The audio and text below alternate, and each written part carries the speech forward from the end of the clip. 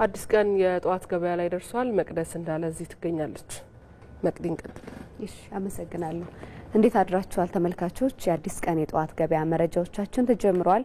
መቅደስ እንዳለ መረጃዎቹን እነግራችኋለሁ። አብራችሁን ሆኖ መጪውን የትንሳኤ በዓል ምክንያት በማድረግ በአዲስ አበባ ለወትሮ ቅዳሜና እሁድ የሚከፈቱ ገበያዎች በዚህ ሳምንት ሙሉ ቀናት አገልግሎት እንዲሰጡ ተደርጓል። እነዚህ ገበያዎች ታዲያ ተፈላጊ ምርቶችን ከመደበኛ ገበያው በሚቀንስ ዋጋ ለህብረተሰቡ በማቅረብ ላይ ይገኛሉ ተብሏል። ሪፖርተራችን ብሩክታይት አስራት ተጨማሪውን አዘጋጅታለች። ተከታትለን እንመለስ።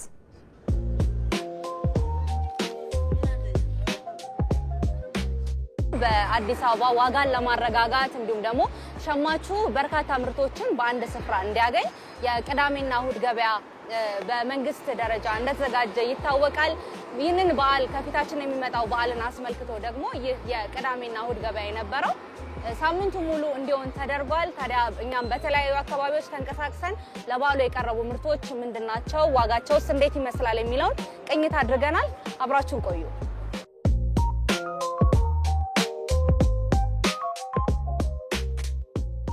ቀይ ጤፍ፣ ነጭ ጤፍ፣ ዱቄት ለእንትን የሚሆን ጉልባን ከስግደት በኋላ የሚጠቀሙት ዘይት፣ እንቁላል የመሳሰሉትን በዓል መሰረት አድርገን በስፋት ያስገባንበት ሁኔታ ነው ያለው። አሁን ጤፍ 4 አይነት ጤፎች ነው ያሉን። ቀይ፣ ሰርገኛ፣ ነጭም 2 አይነት ከ115 ጀምሮ ያለበት ሁኔታ ነው ያለው። አሁን እንቁላል በአካባቢያችን ከፍተኛ ደረጃ እየጨመረ ነው ያለው። በእኛ በተቋማችን ግን 14.50 እየተከፋፈለ ያለበት ሁኔታ ነው ያለው ማለት ነው። ዘይት 1490፣ 1405 2 አይነት እንትን ስላለን ማለት ነው።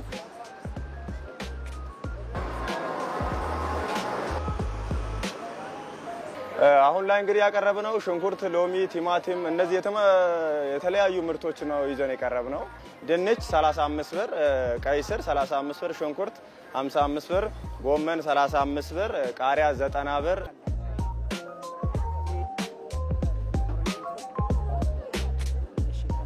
ለበዓል አሁን አስፈላጊ የሆኑ ቡና አለ 795 ብር አለ።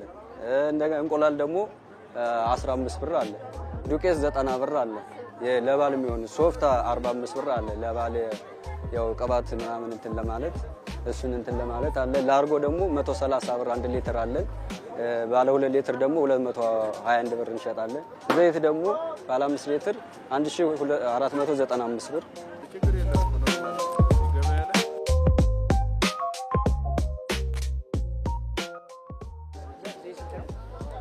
በእውነት ይሄ ሸማቾች ህብረት ስራ መኖሩ ለአነስተኛው ህብረተሰብ እጅግ በጣም ጠቃሚ ነው።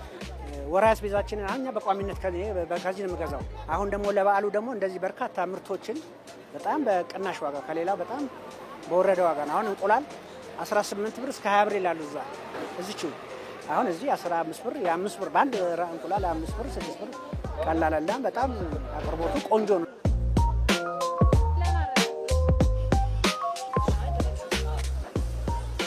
ቀይ ሽንኩርት፣ ነጭ ሽንኩርትና ዝንጅብል አቀርበናል በብዛት።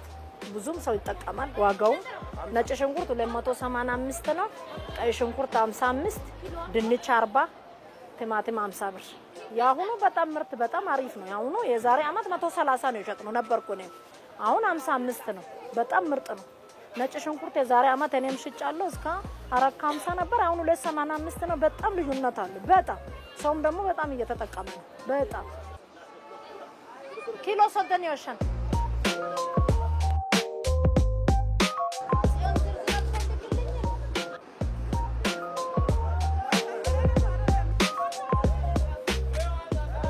የእሁድ ገበያችንና ቅዳሜ ገበያችን በምርት አቅርቦት ብቻ ሳይሆን በጥራት ይኸው እናንተም እንደምታዩት በጣም የተሻለ ነው። ሽንኩርቱ በጣም ቆንጆ ነው። ቲማቲሙ በጣም ቆንጆ ነው። ከዋጋ አንፃር ደግሞ ከውጭው እጅግ በጣም የተሻለ ነው። ማህበረሰቡ በጣም እየተጠቀመ ነው። እኔም ተጠቃሚ ነኝ ማለት ነው። 5 ኪሎ እዚህ ተገልጋይ ነኝ ማለት ነው። እዚህ ነው የምገዛው። እዚህ ነው አስቤዛ የማደርገው። በጣም ጥሩ ጥቅም ያለው ምንድነው የዋጋ ቅናሽና ጥራት ነው።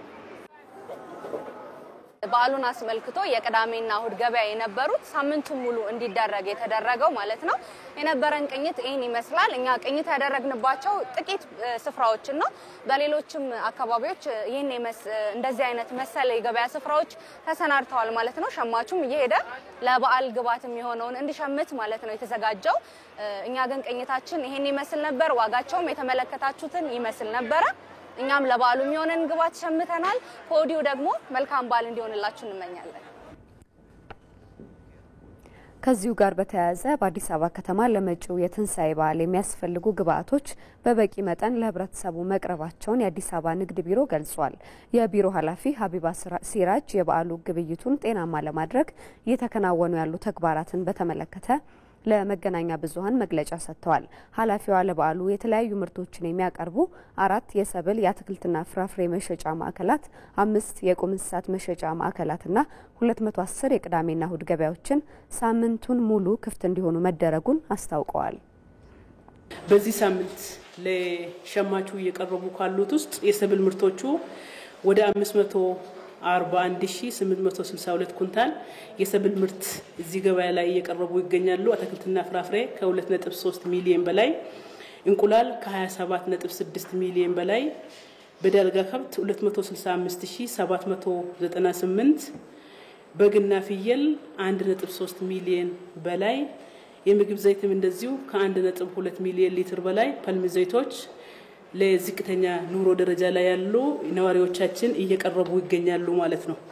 በአቅርቦት በኩል ይሄ በመንግስት በኩል ሁኔታዎች ተመቻችተው እየቀረቡ ያሉ ናቸው። ነፃ ገበያው ላይ ደግሞ በጣም በሰፊው ከዚህ እጥፍ የሆነው ለገበያው እየቀረበ ይገኛል። የአዲስ አበባ ንግድ ቢሮ ከበዓሉ ጋር ተያይዞ የምርት እጥረትና የዋጋ ጭማሪ እንዳይከሰት የሚያስችል እቅድ በማውጣት የተለያዩ ተግባራትን ሲያከናውን መቆየቱንም ጠቁመዋል።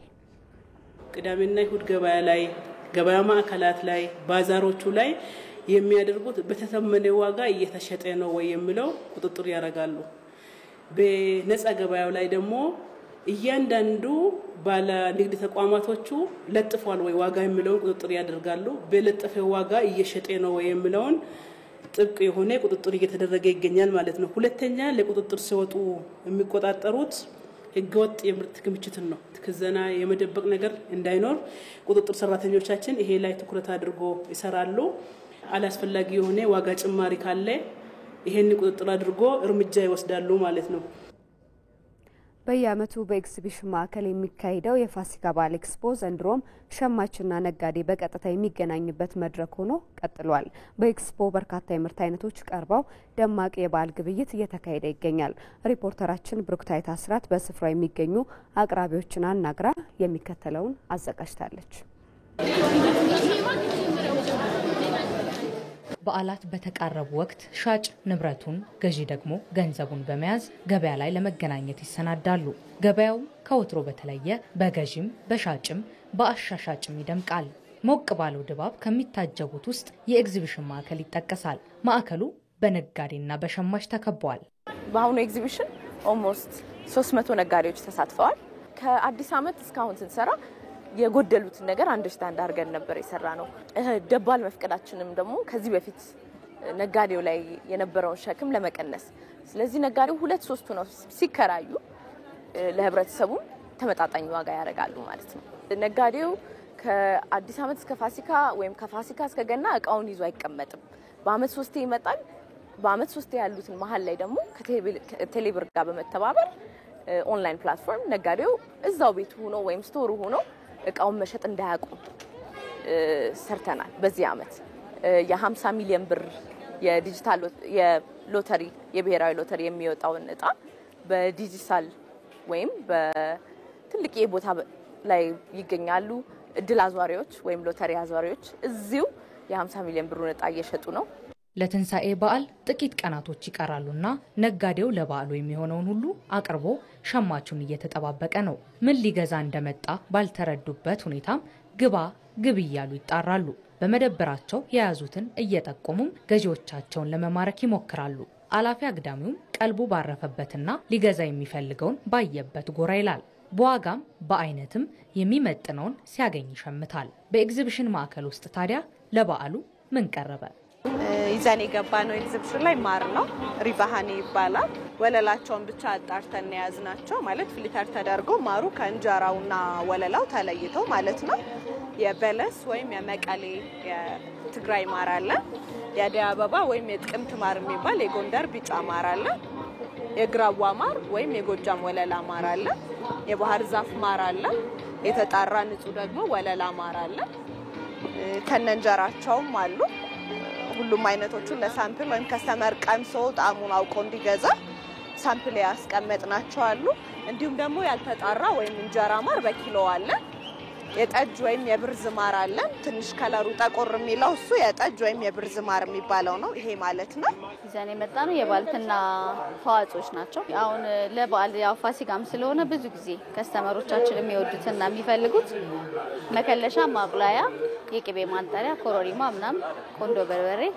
የመሳሰሉት አሉ ከባለፈው ትንሽ አሁን የመደብዘዝ ነገር አለ ኮሮሪማ አለ 400 ብር ነው 80 ግራም ማለት ነው ቆንዶ በርበሬ 300 ብር ነው ከሙን 300 ብር ነው መከለሻ ማብላያ የተለያዩት ደግሞ 200 ብር ናቸው እንደ እንትኑ ነው እንደ ቅመሙ ነው እንጂ መጠኑ ተመሳሳይ ናቸው ይዘን የመጣነው የልጆች ያዋቂ አልባሳት ነው ይዘን የመጣነው የራሳችን ምርት ነው ጃኬት አለ ቱታ ቲሸርት ለበዓሉ የሚሆን አሪፍ አልባሳት ይዘን መተናል ዋጋ ከሱቆች ነገር እዚህ ይቀንሳል ለምን እኛ ቀጥታ ከገዢ ጋር ነው የምንገናኘው ውጪ ሲሆን ለነጋዴዎች ለምናከፋፍለው የራሳቸው ትርፍ ጨምሮ ነው ይሸጡላቸው ለተጠቃሚዎች ቱታ ከ2 ሺህ ብር ጀምሮ አለን ያዋቂ ቱታ የልጆች ቱታ ከ1 ሺህ ብር ጀምሮ ቲሸርት ከ500 ብር ጀምሮ አለን እና በጣም አሪፍ እቃዎች ነው ያሉን ጃኬት በ1 ሺህ ብር አለ የልጆችም ያዋቂ በዓሉን አስመልክቶ በኤግዚቢሽን ማዕከል የተዘጋጀው የንግድ ባዛር የትንሳኤ ዋዜማ ቅዳሜ ግብይቱ ይጠናቀቃል በመጨረሻም በአዲስ አበባና በሌሎች ከተሞች ያለውን የመሰረታዊ ሸቀጦች ዋጋ የውጭ ሀገር ገንዘቦች የምንዛሬ ተመንና የግብርና ምርቶች ወቅታዊ ዋጋ መረጃዎችን አብረን እንከታተል